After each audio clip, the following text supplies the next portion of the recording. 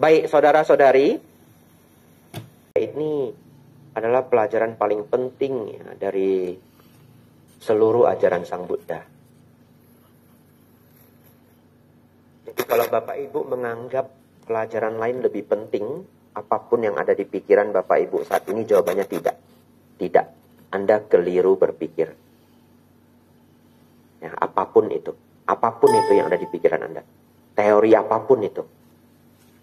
Yang paling penting adalah 4 kebenaran mulia. Loh, apa buktinya, Bante? Baik. Jalan mulia berunsur 8, Bapak Ibu. Nomor 1-nya apa? Pandangan benar. Ya, pandangan benar. Yang belum hafal, sambil dihafal. Ya, jalan mulia berunsur 8. Nomor 1, pandangan benar. Tapi nanti ada di kertas ini, halaman paling belakang. Ya, kita akan ketemu ini di hari terakhir. Bapak Ibu Saudara, jalan mulia berunsur 8 itu berakhir dengan nibbana. Setuju? Setuju ya? Itu adalah nomor 9, nomor 10. Tetapi tidak dimasukkan dalam jalan mulia berunsur 8. Tapi di sutta lain, Sang Buddha lanjut. Ada nomor 9, ada nomor 10. Dan yang terakhir adalah pembebasan benar, yaitu nibbana. Tetapi jalannya itu adalah nomor 1 sampai 8. 9 dan 10 itu adalah hasil. Ya. Jadi Bapak Ibu Saudara, jalan mulia berunsur 8 ini berakhir dengan nomor 10, yaitu nibbana. Lalu, di dalam satu kitab sutta, kodenya adalah MN117. Ya, itu kodenya. Kalau dimasukkan ke Google, bisa muncul ya, MN spasi 117. Maha Catarisaka Sutta.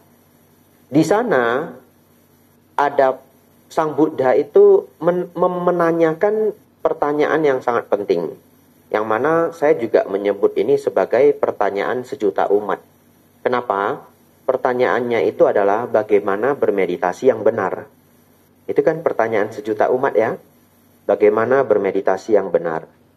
Uniknya, di sutta ini, Sang Buddha menjawab dengan jawaban yang sangat mendasar, yang kita bahkan tidak menyangka jawabannya itu. Apa jawaban Sang Buddha? Ternyata jawaban Sang Buddha adalah, meditasi yang benar adalah meditasi yang didukung oleh 7 faktor di bawahnya. Apa yang 7 itu Bapak Ibu? Betul. Jalan mulia berunsur 8. Karena nomor 8-nya apa? Meditasi benar. Ya. Yang belum tahu, hafal aja. Berarti udah hafal nomor 1 sama nomor 8. Ya. Nomor 1 apa? Pandangan benar. Nomor 8 apa? Meditasi benar. Ya, nomor 8 meditasi benar. Lalu Sang Buddha mengatakan, meditasi benar ini adalah yang didukung oleh 7 faktor di bawahnya. Bahkan beliau mengatakan, dimulai dengan pandangan benar. Artinya apa? Dari 8 ini, kalau Anda mau yang nomor 8 benar, yang nomor 1 harus benar dulu. Nah, kita sembari hafal ya. Ya, nggak boleh pulang kalau belum hafal. Ya, jadi yang belum hafal nggak boleh lewat pintu situ. Lewat pintu sini. Ya. Nah, saudara-saudari, mari kita hafal ya, jalan mulia berunsur 8 bagi yang belum hafal. Kita mulai 3 dulu, jadi sangat sederhana. 1, pandangan benar. 2, pikiran benar. 3, ucapan benar. 4, perbuatan benar. Stop dulu. 2, 3, dan 4 ini kawan Bapak Ibu. Jadi hafalnya itu gampang. Ini kawan. 2, 3, 4 itu kawan. Kenapa kawan? Apa yang dipikirkan, itulah yang diucapkan. Apa yang diucapkan, itulah yang diperbuat. Gampang ya? Pikiran, ucapan, perbuatan. Pikiran, ucapan, perbuatan. Ya. Bahkan kata wicara atau bicara dalam bahasa Indonesia, itu dari bahasa Pali. artinya keberlanjutan pemikiran. V menjadi B. Vihara menjadi biara.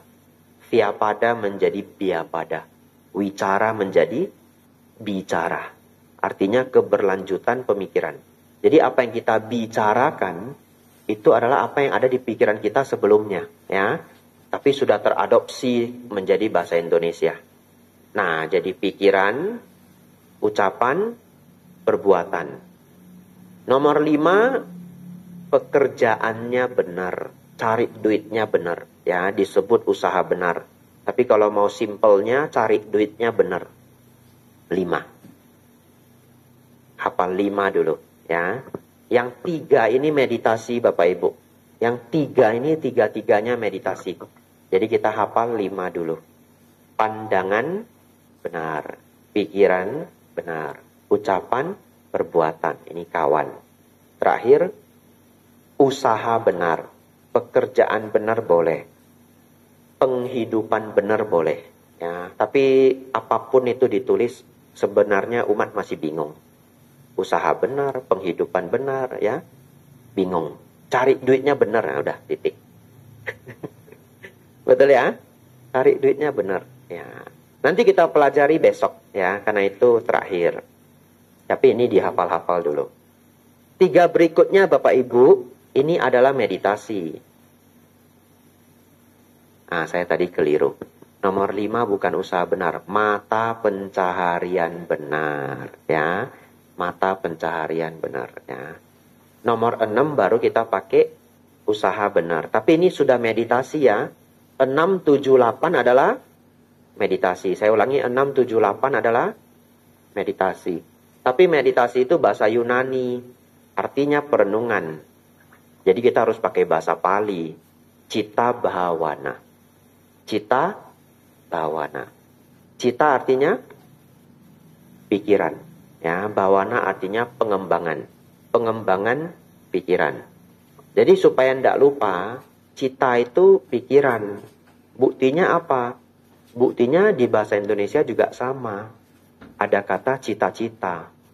Apa itu cita-cita? Pikir-pikir. Kita coba ya. Kamu cita-citanya jadi apa? Kamu pikir-pikirnya jadi apa? Lepas enggak? Lepas ya? Nah, pinter juga saya otak-atik ya. Itu enggak ada di buku itu ya. Ya. Saudara-saudari, cita bhawana, pengembangan batin. Itu nomor 6, 7, 8. 6, 7, 8. Nomor 6 apa? Usaha benar. Nomor 7 apa? Perhatian benar. Nomor 8, meditasi benar atau konsentrasi benar. Sang Buddha mengatakan di dalam Mahacatarisaka Sutta, Majjhima Nikaya 117. Meditasi benar adalah meditasi yang didukung oleh 7 faktor di bawahnya. Lalu beliau lanjut. Ya, 7 faktor ini yang dikembangkan di awal adalah pandangan benar. Kenapa? Apabila pandangan menjadi benar, secara alamiah pikiran menjadi benar. Kalau pikiran benar, alamiah enggak ucapannya benar? Alamiah ya. Kalau pikiran dan ucapan, pandangan, pikiran, ucapan benar ini tiga-tiganya. Secara alamiahnya perbuatan benar. Ya. Nah, lalu kalau orang sudah perbuatannya sesuai 5 sila, dia enggak mau melanggar 5 sila, diminta untuk cari duit yang salah, cari duit yang menyakiti orang lain atau menyakiti makhluk lain, dia mau enggak? Dia enggak mau. Jadi sebenarnya kita tidak perlu harus tahu secara lengkap apa syarat-syarat mata pencarian benar. Bahkan dengan megang 5 sila saja mata pencarian sudah benar. Betul ya? Ya, sudah dapat semua. Ya cuma ditambahin lagi supaya lebih detail. Karena Sang Buddha khawatir ada hal-hal kecil yang masyarakat lupa. Ya, misalkan mata pencarian benar itu juga tidak menjual racun, perangkap, ya, lalu senjata, dan sebagainya. 5 ini Bapak Ibu, ya, pandangan benar, pikiran benar, ucapan benar, perbuatan benar, mata pencaharian benar. Nomor 6 apa Bapak Ibu? Usaha benar, perhatian benar, konsentrasi benar. Saya ingin Bapak Ibu langsung bisa membagi 8 ini menjadi 2 grup. 1 sampai 5, 6 sampai 8. 5 yang pertama ini hidupnya benar. 3 yang terakhir itu pikiran dikembangkan. Ya, semua menjadi sempurna. Baik, saudara-saudari.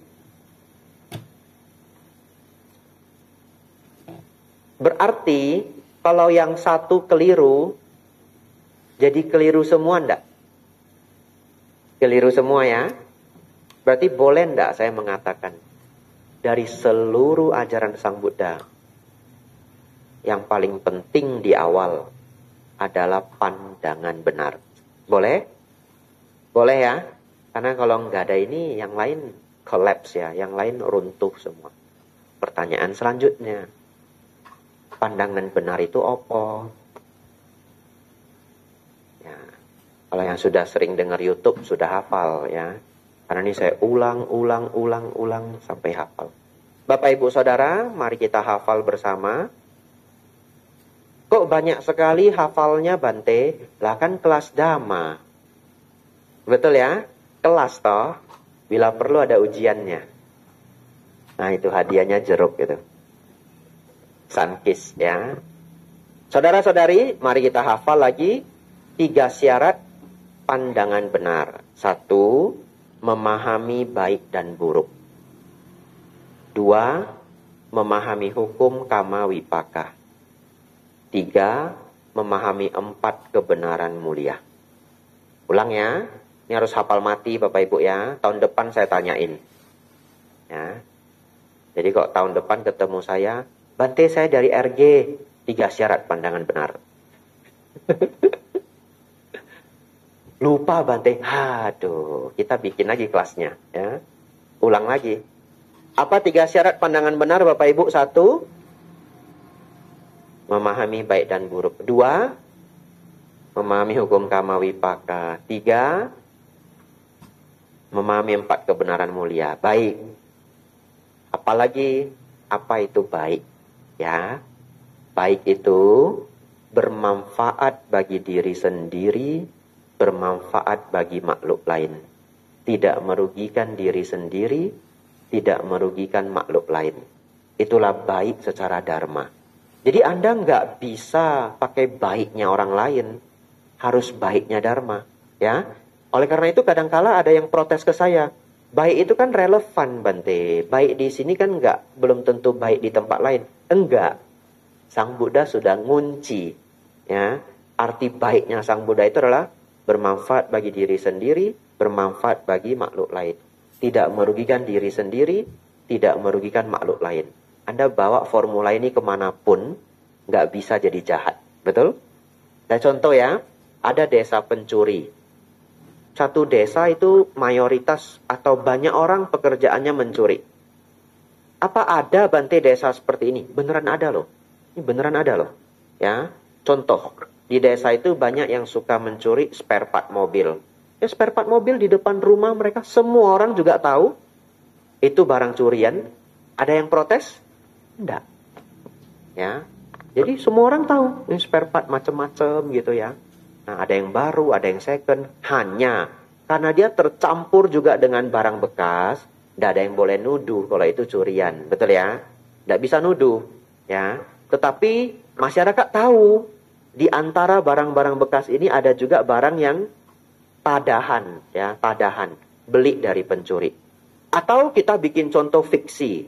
Fiksi ya, nggak ada nama kotanya. Ya, kasihani saya Bapak Ibu ya. Ini kalau saya salah sebut bisa gol ya. Jadi ini fiksi Bapak Ibu ya, ini fiksi. Satu desa ini banyak pencurinya. Lalu ada anak kecil lahir di desa ini. Orang tuanya juga pencuri. Bagaimana kita menjelaskan ke dia kalau mencuri itu tidak baik? Bisa enggak? Enggak bisa. Karena yang dia tahu itu, mencuri artinya makan ayam goreng. Itu yang dia tahu. Betul ya? Pokoknya dia tunggu papanya pulang, nunggu sampai jam 6 sore. Wah, pulang ya. Bawa aki besar. Ya toh? Siapa yang pernah kehilangan aki di sini? Belum ya? Nah, bersyukurlah Anda tidak di Medan ya. Di Medan jangankan aki, ban aja hilang. Ban aja bisa mereka ambil. Truknya besok itu nggak ada bannya lagi. Ini bener ini ya. Aki hilang, ban serap. Kalau kaca spion sih udah nggak usah ditanya. Sekilas mata hilang, cepet sekali lo ambilnya. Ya, lalu gimana Bante? Digrafir. Ya, ini 12 tahun yang lalu ya. Saya nggak tahu kalau sekarang. Ya, saya udah lama tidak bermasyarakat secara normal, jadi saya nggak tahu lagi. Tapi dulu begitu, terpaksa digrafir semua. Anda pikir sudah digrafir selamat? Tahu digrafir ya? Ada nomornya itu. Anda pikir sudah digrafir selamat? Enggak, hilang juga. Ya, punya papa teman saya. Hilang. BMW. Kaca spion hilang. Ini enggak tahu ya. Faktanya seberapa akurat tidak tahu. Tapi saya diceritain begini. Akhirnya, papa teman saya minta karyawannya pergi cari. Yang hilang ini. Pergilah ke satu daerah. Anda tanyalah orang Medan lainnya. Ya. Bante kenapa enggak kasih detailnya? Nah, rekaman, lihat. Rekaman ya. Anda harus lindungi saya juga ya. Minta karyawannya pergi cari. Pergilah karyawannya ke satu tempat. Anda tahu nggak beliknya gimana? Matanya ditutup, diantar ke satu tempat. Dapat kaca spion BMW. Kalau kaca spion Avanza mah nggak usah dijemput. Sama grafirnya loh sama. Nah, hebat kan? Nah, di mana Bante? Tanya orang Medan lainnya.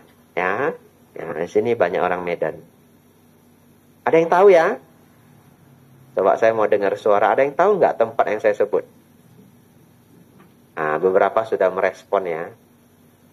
Takut direkam juga ternyata yang merespon. Saya pikir cuma saya takut direkam. Yang merespon juga takut direkam ya. Ya, saudara-saudari, buruk itu apa? Jahat itu apa? Yang merugikan diri sendiri dan atau merugikan makhluk lain. Ya.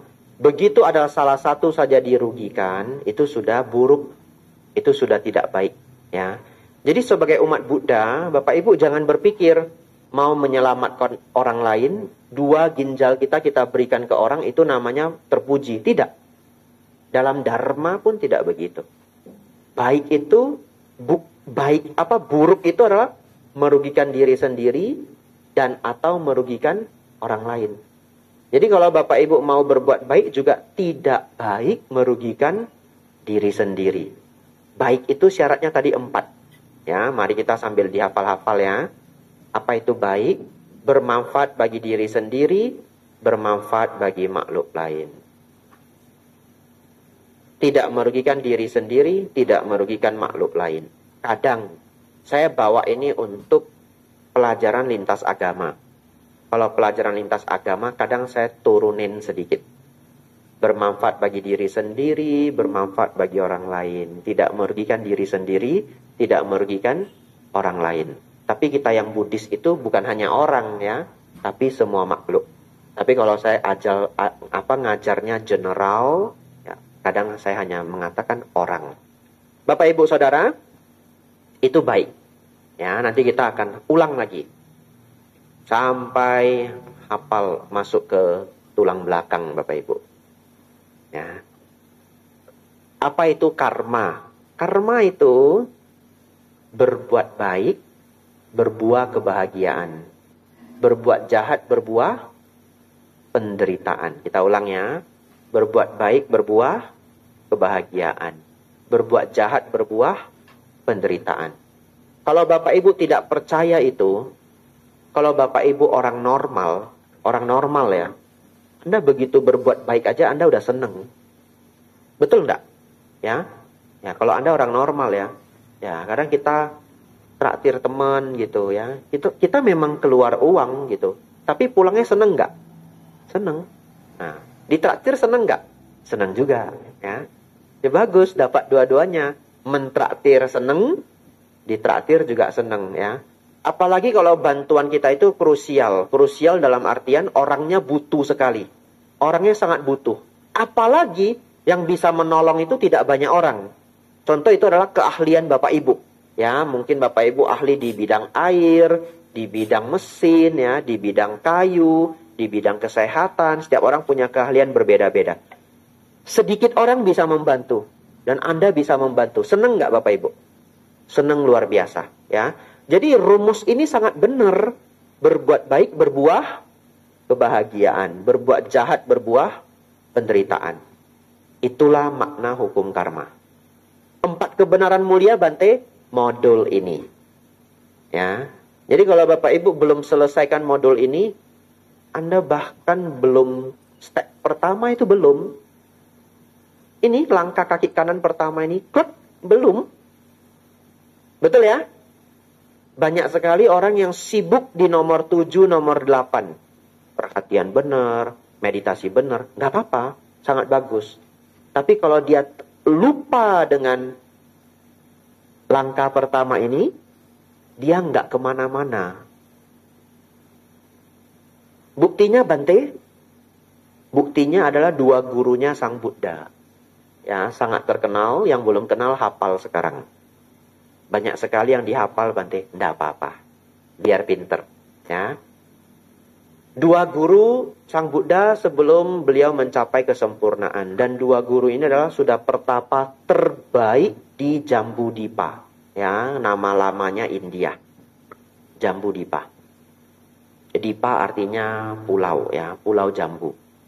Nah, saudara-saudari, Alara Kalama, Uddaka Ramaputa. 2 guru terbaik ya, Alara Kalama, Uddaka Ramaputa.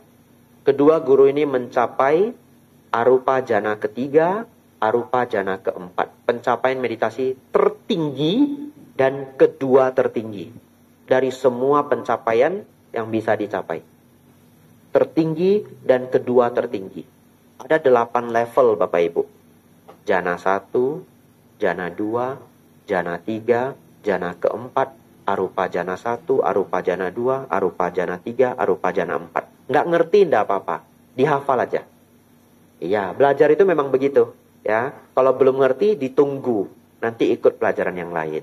Nanti ikut pelajaran yang lain. Tapi dengan pernah mendengar, nanti ketika dengar lagi di tempat lain, lebih gampang masuk. Lebih gampang masuk. Saudara-saudari, Alara Kalama dan Uddaka Ramaputa mencapai arupa jana ketiga dan arupa jana keempat. Tapi tahukah Anda Bapak Ibu, beliau berdua bahkan tidak mencapai kesucian tingkat pertama Sotapanna. Sotapanna pun tidak. Ya, Sotapanna pun tidak.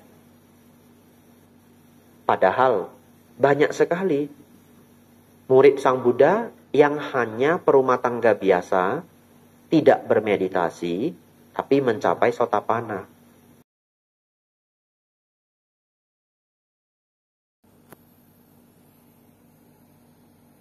Bapak Ibu tidak perlu buru-buru ya, kita punya 2 hari.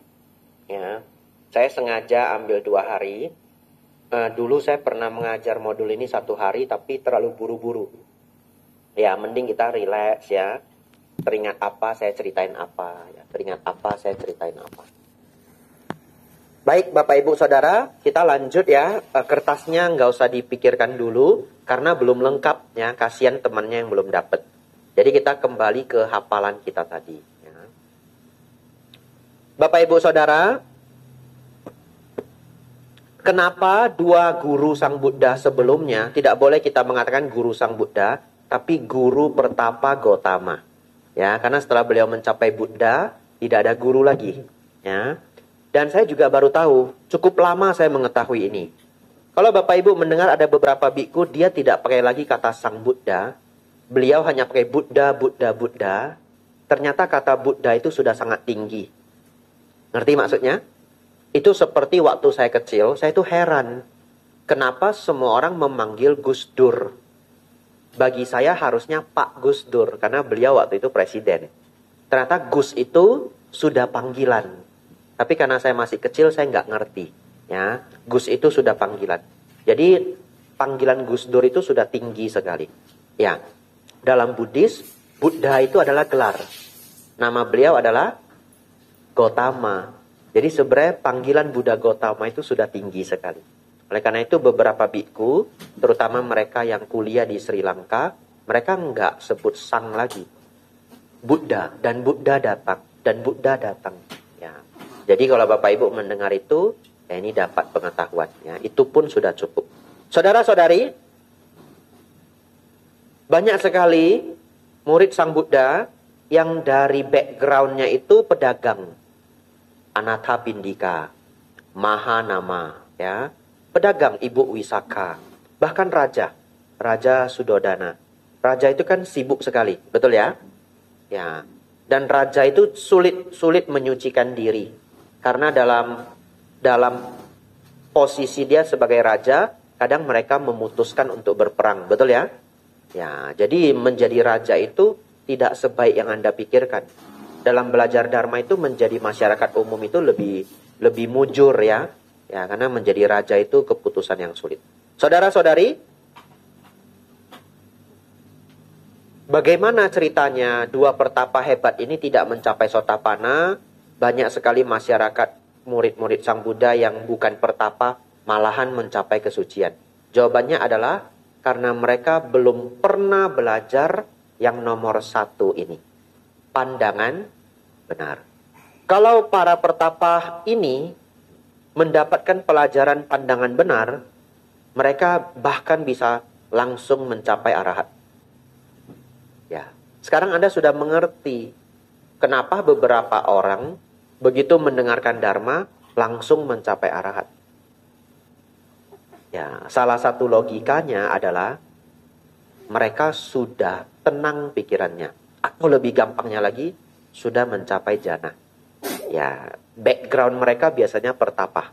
Ya, jadi mereka sudah menjadi pertapa untuk waktu yang lama, tapi tidak pernah mendengarkan Dharma Buddha Gotama. Belajarnya di tempat lain. Tapi mereka mencapai jana-jana yang tinggi. Nah, begitu mereka mendengarkan Dharma, lengkap semuanya. Ya. Baik, saudara-saudari.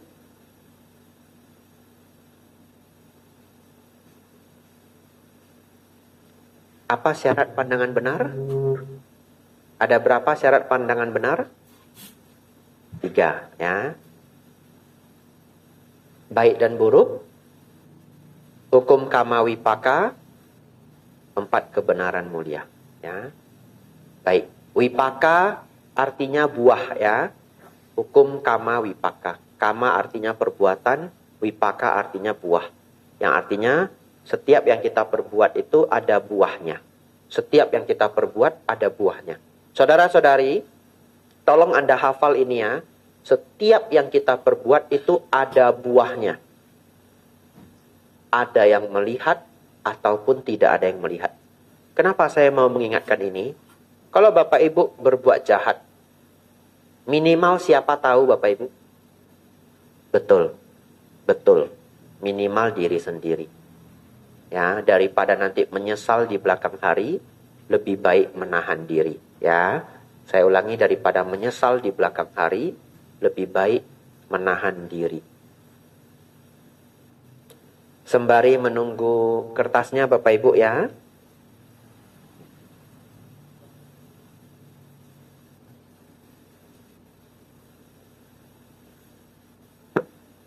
Siapa yang belum dapat? Oh, banyak ya. Ibu-ibu belum dapat ya. Ya. Ibu-ibu harus diprioritaskan bapak-bapak. Ya. Kalau enggak saya enggak makan besok ya. Yang ngantar ibu-ibu biasanya. Ya. Walaupun bapak-bapak mau ikut protes juga. Kan kami yang bayar, Bante. Kan kami yang cari duitnya. Betul. Walaupun Anda yang bayar, itu sudah masuk uang bulanan. Jadi sudah bukan Anda yang menentukan, betul ya? Sudah para ibu-ibu yang menentukan, ya. Ya. Anda tidak bisa request, ya. Ketika Anda kasih uang bulanan, pokoknya kamu nggak boleh dana makan ke Bante Abijato, nggak bisa. Anda nggak bisa request begitu. Ya, ibu-ibu akan bilang, jangan atur saya, betul ya ibu-ibu ya? Ya, jadi ibu-ibu harus diprioritaskan ini.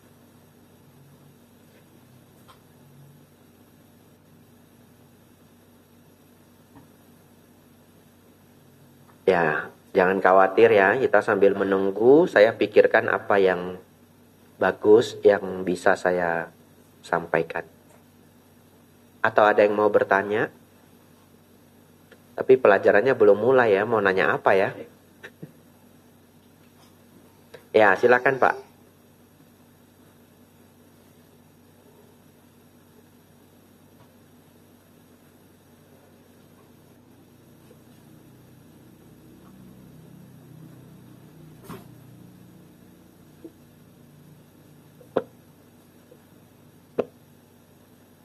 Ya, anaknya punya karma sendiri, ya. Jadi dalam artian saya tidak bisa memukul rata. Karena kalau kita bilang anak pencuri itu kan maksudnya keluarga pencuri itu beraneka ragam bentuk. Ada yang orang tuanya pencuri, tapi anaknya nggak pernah tahu. Ada juga. Betul ya? Ya, ada yang orang tuanya pencuri, anaknya tidak pernah sengsara. Ya, anaknya tidak pernah tahu ayahnya pencuri, anaknya tidak pernah sengsara, anaknya baik-baik aja, ya, sekolah dengan baik, bahkan beragama dengan baik. Jadi itu artinya, nah saya tahu pertanyaan Bapak, saya tahu, tapi saya harus jawab lebih luas. Kalau di pemikiran Bapak kan secara umum, anaknya pencuri ya susah juga begitu ya, atau malu juga, belum tentu. Koruptor kan juga pencuri. Iya, kalau secara Buddhis, siapapun yang tidak punya niat jahat, tidak ada karma buruk. Ya, jadi walaupun anak itu dirawat dengan uang hasil mencuri, anak itu netral. Anak itu tidak berbuat jahat. Yang jahat tetaplah ayahnya atau ibunya yang pencuri. Ya, jadi secara Buddhis, anaknya netral-netral aja. Dan ini kita bisa lihat kebenarannya, ya. Walaupun kita hanya bisa melihat satu kehidupan. Ada orang tuanya mencari nafkah nggak benar, apapun caranya, ya. Mungkin menjual racun, ya, atau apapun lah itu. Anda bisa pikirkan sendiri. Tapi anaknya baik-baik aja. Bahkan setelah anaknya besar, anaknya jadi dokter, anaknya mengabdi untuk masyarakat, ya.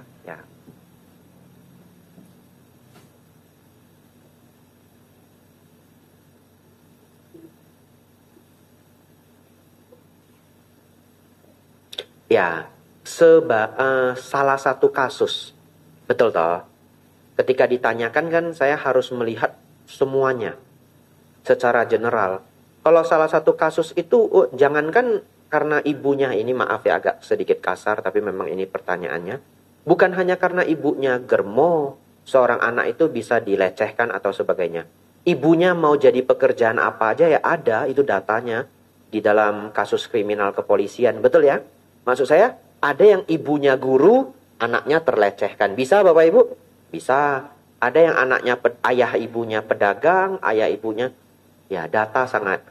Ya, jadi itu adalah salah satu kasus. Tetapi bisa berkemungkinan lebih besar. Karena mungkin ibunya banyak musuh. Ya, karena berada di lingkungan yang buruk dan sebagainya. Nah, kalau seorang anak lahir di lingkungan yang buruk, lingkungan para kriminal, yaitu juga adalah karma dari anak tersebut, karma lampau, ya, karena banyak hal yang kita nggak bisa milih, itu udah pasti karma lampau. Orang tua kita siapa, lahir di tempat apa, keadaan badan kita, ya, rupa kita seperti apa, ya, itu benar-benar adalah karma lampau. Begitu Pak. Ya, terima kasih. Kertas kita sudah datang ibu-ibu, ya. Akhirnya ya. Silahkan dibagi.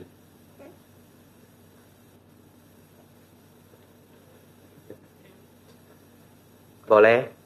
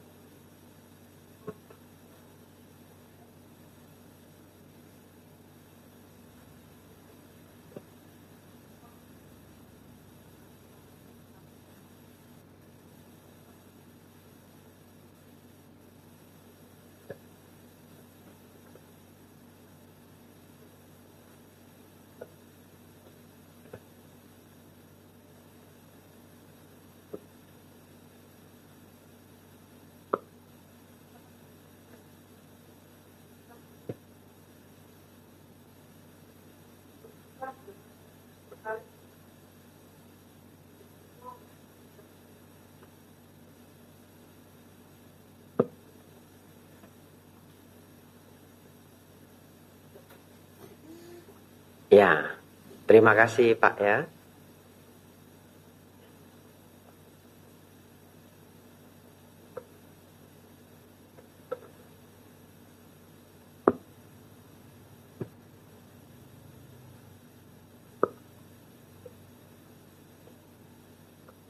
Kalau secara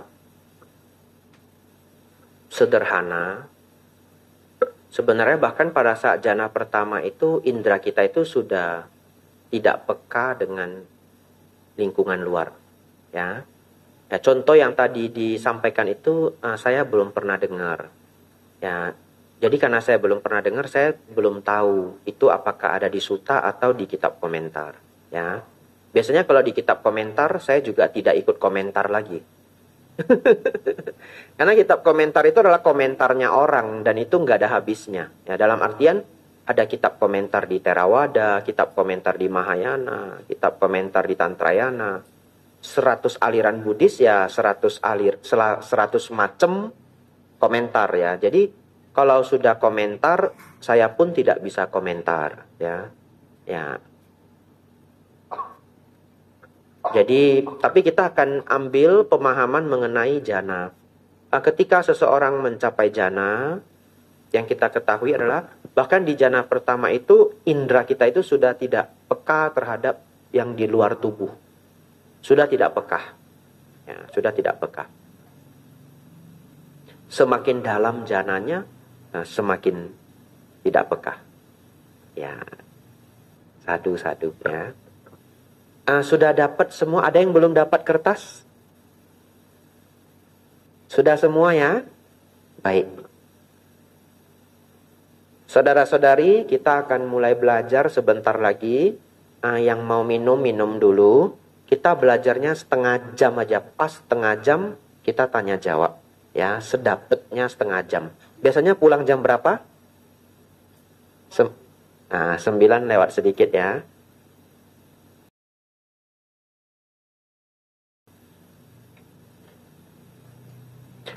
Baik, saudara-saudari, kita akan belajar setengah jam atau mungkin setengah jam lebih sedikit. Saya akan lihat konsentrasi Anda karena kita udah tanpa disadari hampir lewat 1 jam ya.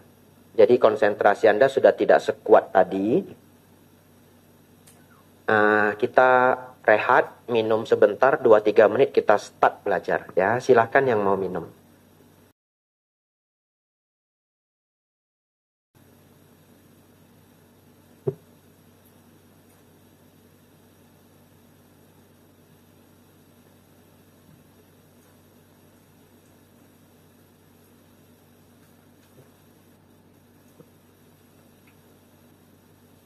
Baik, Bapak Ibu Saudara,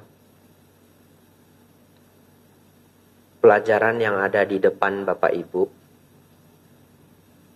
adalah pelajaran yang sangat penting. Tapi permasalahannya, pelajaran yang sama didengarkan oleh orang yang berbeda, itu dapatnya berbeda. Ya. Oleh karena itu, semoga Bapak Ibu Saudara menyimak dengan baik sampai di titik Anda merasa selesai ikut pelajaran ini Anda dapat sesuatu yang sangat berharga. Tapi kalau selewat pelajaran ini Anda merasa biasa aja, ini semua siapa juga tahu, Anda nggak dapat esensinya. Terus terang Anda nggak dapat. Kenapa? Sang Buddha itu namanya itu bertahan 2600 tahun. Bapak Ibu pikirkan baik-baik, gampang nggak nama itu bertahan 2600 tahun? Michael Jackson aja sebentar lagi dilupakan. Ya, Muhammad Ali sebentar lagi dilupakan. Sang Buddha 2600 tahun. Kenapa? Karena ajaran beliau sangat mendalam. Yang kedua, kenapa dahulu beliau mengajar? Beliau tiba-tiba bisa memberitahu bahwa ibu ini atau bapak ini sudah mencapai sotapana. Ngerti? Misalkan selesai belajar ya, saya tiba-tiba bilang begini, semua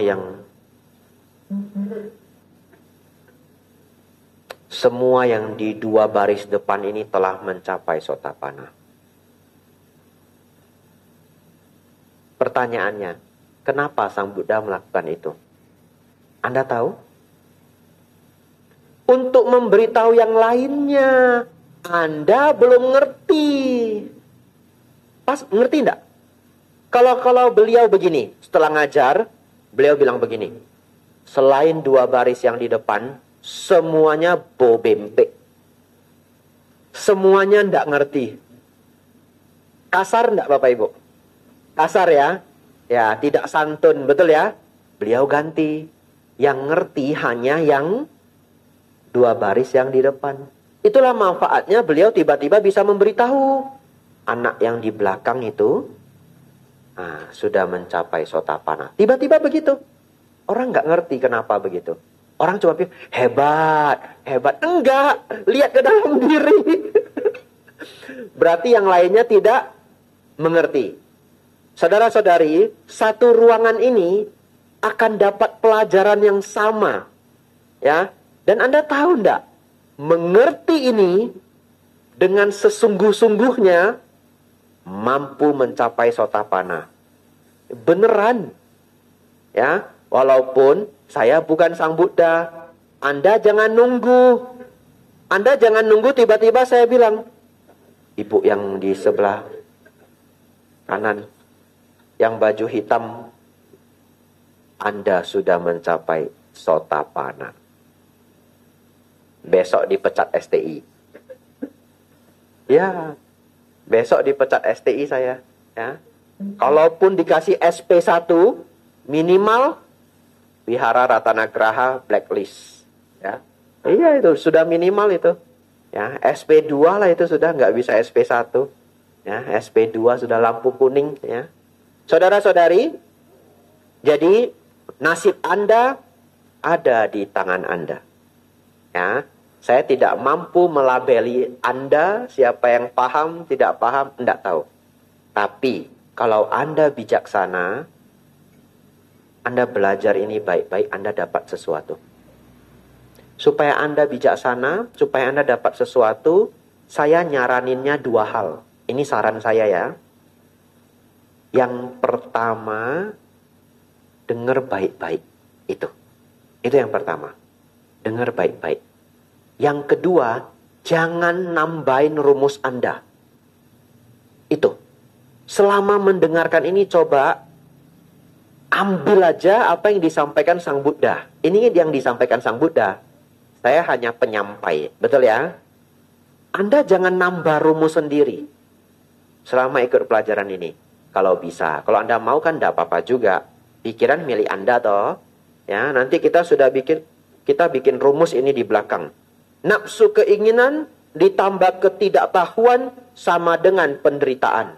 Ada orang yang kreatif. Nggak pas ini. Iya benar, ada orang itu kreatif. Nggak pas ini. Bukan ini. Nafsu keinginan tambah ketidaktahuan itu sama dengan penderitaan kadang-kadang. Dia tambahin sendiri. Kadang-kadang saya nggak menderita juga. Saya kadang ada nafsu keinginan, saya biasa-biasa aja. Ini rumus Sang Buddha ini keliru. Nah itulah yang bikin dia nggak dapat sesuatu. Betul ya? Sang Buddha ingin menyampaikan yang terbaik, dia nambah-nambahin sendiri. Ya, kalau bahasa Hokkiennya itu ada kekyang. Ya, kekyang gitu ya. Ya, kita ketemu profesional expert gitu, ketemu dokter spesialis penyakit dalam, konsultan ginjal. Contoh ya, Anda tahu nggak itu sekolahnya berapa lama?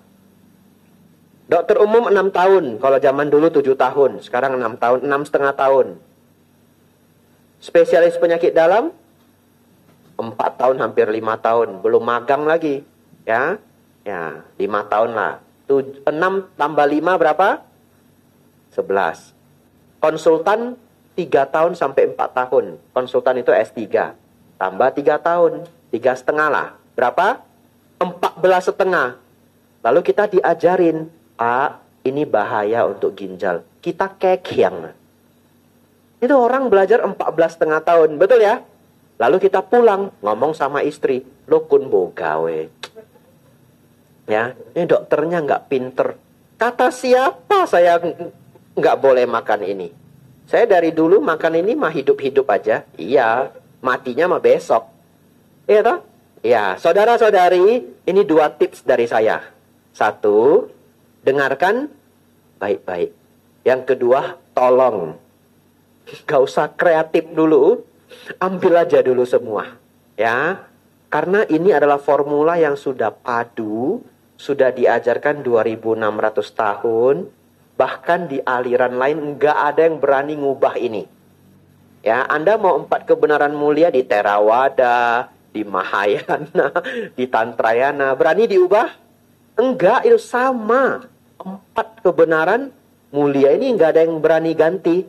Ya, jadi tolonglah jangan diganti ya. Tapi saya tahu ini berapa orang ini 300. Pasti ada yang kreatif juga. Ya, nggak apa-apa lah. Kalau masih ada yang kreatif namanya bohwat ya.